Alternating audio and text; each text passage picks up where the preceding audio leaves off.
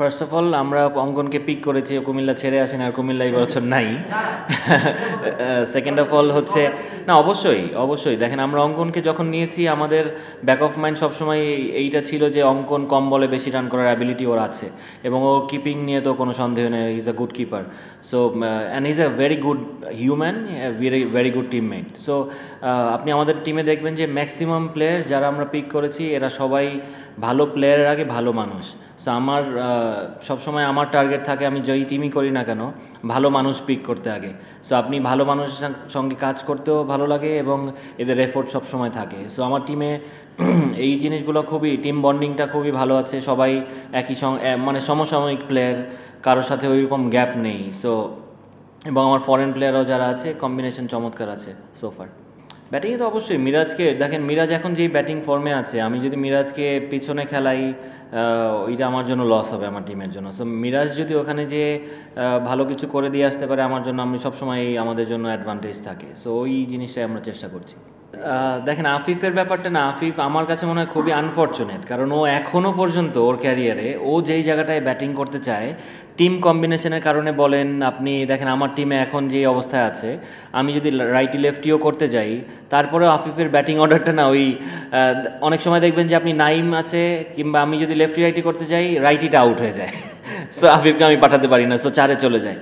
So এখন আবার আমার ইব্রাহিম জাদরান আছে, ইব্রাহিম জাদরানকে আমি 5-এ দিয়ে আমার খুব একটা আমি খেলাটা মেক করতে পারবো না। সো 4-এ যে থাকে ও খেলাটা বানাবে, এরকম একটা প্ল্যান আমাদের। সো এই কারণে আফিফ, আই হোপ যে সামনের অনেকগুলো ম্যাচ আছে কি আফিফ ওর জায়গায় ব্যাটিং করবে, আমি এই সুযোগটা ওকে অবশ্যই দিব যে ও 3-এ ব্যাটিং করে। এরকমও হতে পারে যে ও ওপেনও করছে, এবং ও ওপেন করতে পারলেও হ্যাপি। সো ওকে যদি আমি উপরে ইউজ করতে পারি, ও পাওয়ার প্লেটা চমৎকারভাবে ইউজ করতে পারে, আমার জন্য অ্যাডভান্টেজ থাকবে। সো আফিফকে নিয়ে আমি, আফিফ যেই ধরনের প্লেয়ার রনি ভাই, ও এখনও বাংলাদেশ ওর খেলা দেখেই নাই সত্যি কথা বলতে। সো আমি চাই খুব মানে মন থেকে চাই যে আফিফ যেন মানে অনেক বড় প্লেয়ার হয় এবং ও যেন মেলে ধরতে পারে ওকে, এরকম একটা অপরচুনিটিও পায়। দেখেন ইমরুল কায়েসকে মিশেল মার্শ রিকমেন্ড করেছিল বশিষ্ঠর কথাটা, এবং ইমরুল কায়েস আমাকে যখন ভিডিওটা পাঠায় ওর, এবং আমি ইউটিউবে অনেক ভিডিও দেখেছি, ওর আগের ভিডিও দেখেছি, সেইটার সাথে এখনকার ব্যাটিংয়ের কোনো মিলই নেই। ও অনেক দিন ক্রিকেটের বাইরে ছিল, ওর কিছু নিজের পার্সোনাল কোনো রিজনে হয়তো বা, ওইটা আমি একদমই ক্লিয়ার না। কিন্তু ও যেভাবে ওর গেম চেঞ্জ করেছে কিংবা যেভাবে পিক করেছে ওর গেম, আমি সত্যি কথা ওর ব্যাটিং যখন দেখেছি, আমি আমার টিম ওনার ইকবাল ভাইয়ের কাছে একটাই রিকোয়েস্ট করেছি, ভাইয়া আমার এই প্লেয়ারটা যে কোনোভাবেই দরকার টিমে, আপনি এই প্লেয়ারটাকে আমাকে এনে দেন। এবং দেখেন ও কিন্তু খুব একটা ডিমান্ডও করেনি, ও জাস্ট খেলতে চায়, ও প্রুভ করতে চায় যে ও আসলে কী প্লেয়ার। এবং ও ট্রাভিস হেডের সময় ক্যাপ্টেন ছিল অস্ট্রেলিয়া আন্ডার-19-এর, এবং ওইখান থেকে ওর হয়তো বা কোনো কারণে ও পিছিয়ে গেছে, রাইট। সো এই কারণে ধরেন আমি ওকে সবসময় আসার পর থেকে ওর সাথে যখনই কথা হচ্ছে আমি ওকে একটাই জিনিস বলছি যে আমি চাই যে তুমি মানে নিজের খেলাটা খেলো, এবং আমি চাই যে তুমি অনেক ভালো পারফর্ম করো। এবং ও শুরুটা চমৎকার করেছে, এবং আর একটা ক্রেডিট আমি দিতে চাই উইকেট নিয়ে, গ্রাউন্ডস মানে কিউরেটারকে, চমৎকার উইকেট ছিল।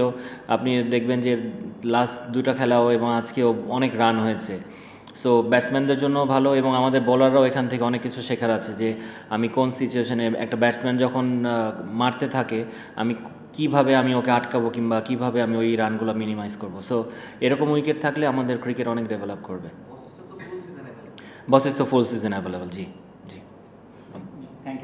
থ্যাংক ইউ জি, আসসালামু আলাইকুম।